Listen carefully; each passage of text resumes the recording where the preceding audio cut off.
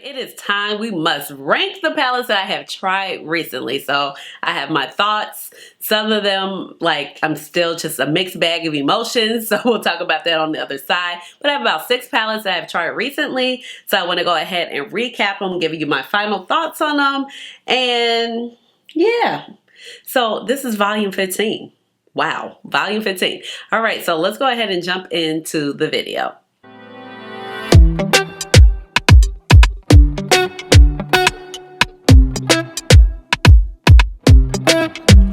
Hey guys, this is Ashley. Welcome on back to my channel. So as I just mentioned, we are ranking the last eyeshadow palettes I've tried here recently. So all of these palettes, there is a video on them. There's definitely 1 palette, 3 looks with them for sure. Now, before I get carried away, let me go ahead and introduce myself. If you're new to this channel, welcome. And if you're oldie but goodie, welcome on back. My name is Ashley. I have a doctorate in pharmacy and I love makeup. Okay, so please just call me Ash or Ashley. I forgot that part. So I have about 6 palettes and 4 of them I'm like, yes. And 2 of them I'm like, what's this return policy at Sephora? Did I make it? I don't care if I even get store credit at this point. I don't know if I want to return them or if I don't want to return them. They're not bad. I'm just so indifferent about them. So as far as the ranking format, it is just a way for me to kind of just judge like what I've tried, you know, basically in the last couple of weeks, basically. Like, yeah, these palettes are basically from the last couple of weeks. I'm definitely not the only person to do this video. Kelsey Brianna J is definitely one of the first people that started doing ranking videos over here on YouTube. But it's a way for me to come back and say, hey, I really still enjoy this palette. I really don't enjoy this palette, based off of, you know, me just trying out the palette the first go around when I did the initial videos with the 1 palette, 3 looks. So let's go ahead and jump in. So clearly my face is like this because, like I said, this is palette number 6. I don't know. And you know, just like what last week or not last week, I was just like, you know, these 2 palettes, they going back to the store. So this palette is the Huda Beauty Empower palette. Now, when this palette came out, I was like, oh my gosh, I would rather have this palette versus another palette that I'm about to show to you. And I do love the packaging. I think it's beautiful, but I just feel like the palette's just okay. So I got this palette with the friends and family sale, so I didn't spend like the full, I think it was 60 something dollars on this palette. I got it for the 20% off, which is nice.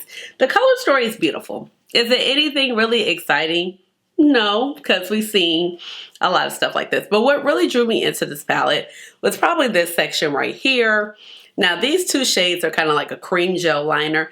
They are nice. You can deepen up the look. You can do a liner with it. It does actually work as an eyeshadow base. You can take it off really easily. It's not very hard to apply, not hard to remove. All of that is great. So this shade right here with the little river situation is one of those Huda special formulas. And that's the thing. She's always trying out different formulations in her palette, which is like cool. Yay, you know, different formulations, different things, you know, to be excited about. But this is like a cream shadow and it's just not good. I don't like the shimmers, a lot of the shimmers in this palette. So that's what really makes it. It's a downside for me. So the only shimmers that I really actually care for is this one. Now, we could have had more of this particular formula because this formula is really nice. It's smooth. It kind of gives you a swirl, like, you know, like a duochrome, you know, type of feel. Looks really nice on the eyes. And I really enjoy that particular formula. She also has that formula in the Naughty Nudes palette where it's like a purple into blue type of shade. Now the shade Do It is also really nice as well. And so is the shade, well, Do It, it was nice, but it just really wasn't giving what I needed to give. And I was really excited about it first, but Bold Moves is really nice. And then you have 2 golds that look pretty much the same. And then you have the shade Courageous. Now the mattes are actually really pretty. You can actually make it deep. I'm really liking this particular gray shade with the peaches and this particular shade as well here and here. So I'm so on the fence. Like, it's not bad, but it's not great. And I'm just like, ugh, should I return it? Honestly, I think I haven't even picked it up. I have not picked it back up since I filmed that video. And usually like this is my time to be like testing things, let you know, come back with some full thoughts. But no. So I don't know. I really don't know, okay? Now, coming in at number 5, it's kind of like the sister palette. Natasha Denona, my dream palette, okay? So I purchased this palette, and once I purchased this palette, and this is a midi size, so it was $65, I was like, dang, I wish I would have waited and got this palette that came in number 6. But this palette isn't as great. I mean, like one could say, of course, we would know that because Huda's formula is not as great as Natasha Denona's formula, but there were some shades that just kind of called to me more in here versus the My Dream palette. Now, the My Dream palette is nice, and I just feel the same wishy-washy way, okay? So I just feel like you get really pretty looks, but it's nothing to like write home about.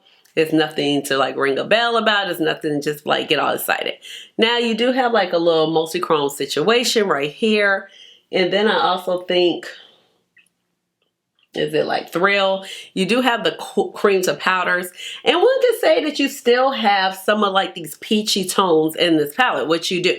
You also have a black. The black is black. And then this shade right here, it just kind of wins the palette for me. So once I tried it, I was like, okay, I'm going to keep it. Now I have worn this palette a few times. I've worn it a few times prior to even filming it. I just did 2 looks with it and I was actually pleased. But in the grand scheme of things, am I in love with this Natasha Denona palette? Absolutely not. For me, I just feel like Natasha Denona has been very lackluster this year. I don't know what's going on. I know like the retro palette has been sneaked again, like a sneak release of it, like a bigger retro palette or retro glam. I'm like, did that palette need to be bigger? I don't think it needed to be larger. Mel's version that they're releasing with like Signe Grace is just so much better. But I just don't know. Of course, the formula is really nice because it's Natasha Denona. So I don't know. Because right now they're just hanging in my collection. I don't know. So I'm just so wishy-washy about those 2 palettes. Like I don't even know where to begin. And part of me really, so if I was to really return anything, it definitely would be this one. But honestly, I don't know if I would even miss either one of them. Like that's the unfortunate part. I don't know. I really just don't know. Now the other 4 palettes, like, whew, I really enjoy, really like them, feel like they're really great. Was struggling about what order to put them in. But this is the order it landed in. It doesn't mean I love them any less. It just means like they had to go somewhere. Some came up a little higher than others for other reasons, even though the formula might not have been as great. Does that make sense? So first I'm going to start with a palette that I almost was like, I just don't need to buy it. But then I was like, forget it, girl. It's just like $28. Just go ahead and grab it and use somebody's code. And this is the Sugar Drizzle Trick Roar Treat palette. It's like their little Halloween palette, but guess what? It's gorgeous and it's giving fall. You have 2 gorgeous multi-chromes. Well, this one's definitely a multi-chrome. This is probably more dual chrome. And you have a nice metallic shimmer coupled with 3 beautiful matte shades. You can get quite a few different looks out of here. You can get different looks. It's not always the same. It is just the cutest little 6 pan. And although these are square pans, I really enjoy like how she put them in the shape of diamonds. So it kind of reads as like little dinosaur eggs. We have a shade named Dinosaur Egg. The theme is well done. It's cute. It's petite. I like how we have the dinosaur going to the moon, kind of like the ET thing. It is just super cute. The name Trick Roar Treat, affordable, and the mattes, they blend out so well. This is my first time trying the Sugar Drizzle mattes formula. I'm very used to their shimmer formula, but I feel like they did an excellent job curating this story. And this shade just drew me in. I was just like, you know what? I got to. I mean, honestly, look at me now wearing red eyeshadow. How could I just resist this? So, in this shade as well is also really stunning. So, I was just really excited about this palette and just felt like, you know what?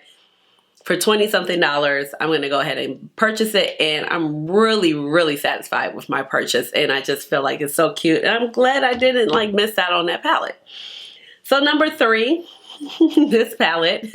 When I did the video on this particular palette, I called it by the wrong name the whole entire video and did not realize that the name was actually Nearly Natural until I was doing the thumbnail and I was trying to do the wording like this and I was like, wait, that says natural, not neutral. I really thought the palette was called Nearly Neutral, but it's a really stunning palette. I have used it several times, enjoyed playing with it, wore it to work, wore it out on the town. You have a nice mirror.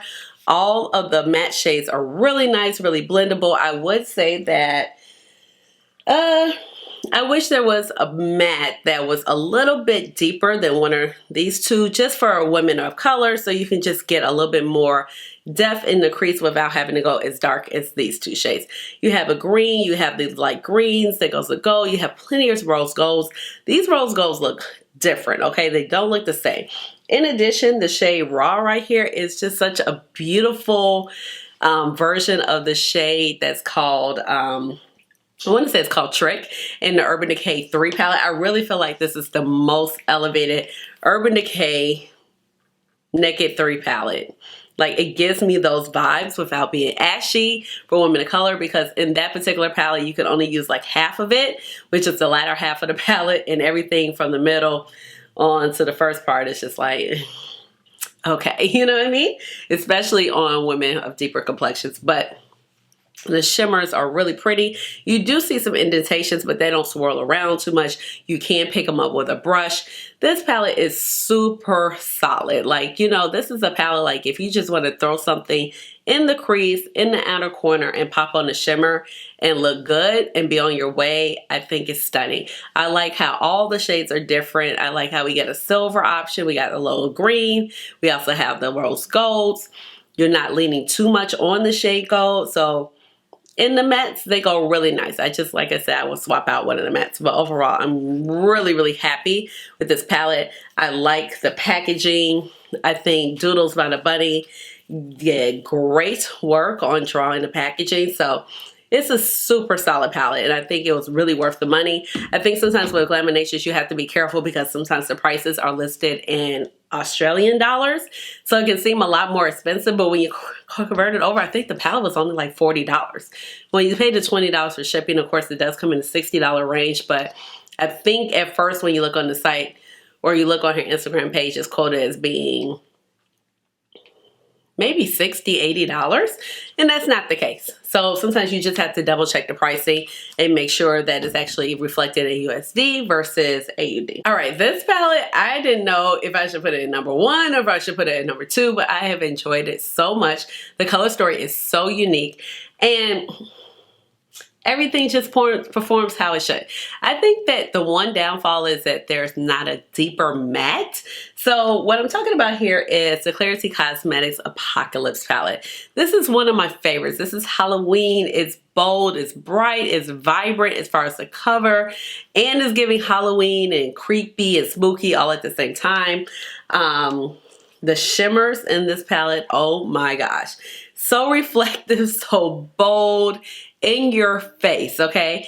And then the matte selection with it, this palette, the color story is just unmatched. I mean, it's just, you wouldn't necessarily think of this as a Halloween palette. Of course, you got the two like standard Halloween colors. You have a gray, you know, I love a gray matte, so that stuck out to me. These two shades do appear differently. The green, you can build it up. You more have to stamp it in. The pink is nice with the blues. Like, all of these shades are so stunning. They look great. I do suggest that you put what am I trying to say?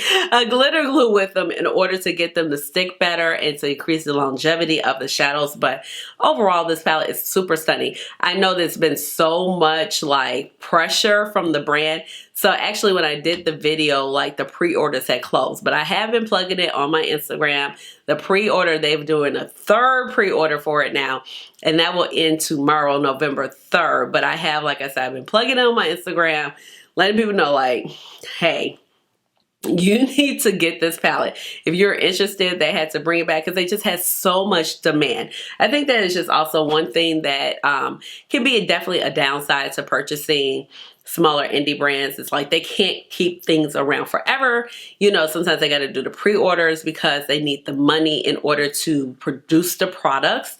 And that's just like growth with the brand, you know what I mean? So I think it's not because a lot of times it's just like, oh, we want to just kind of keep the hype and keep it selling out and making you upset about it. It's just like literally they can only afford to make so much without, you know, hurting their business, without putting themselves in like some type of debt ratio that they don't feel comfortable with.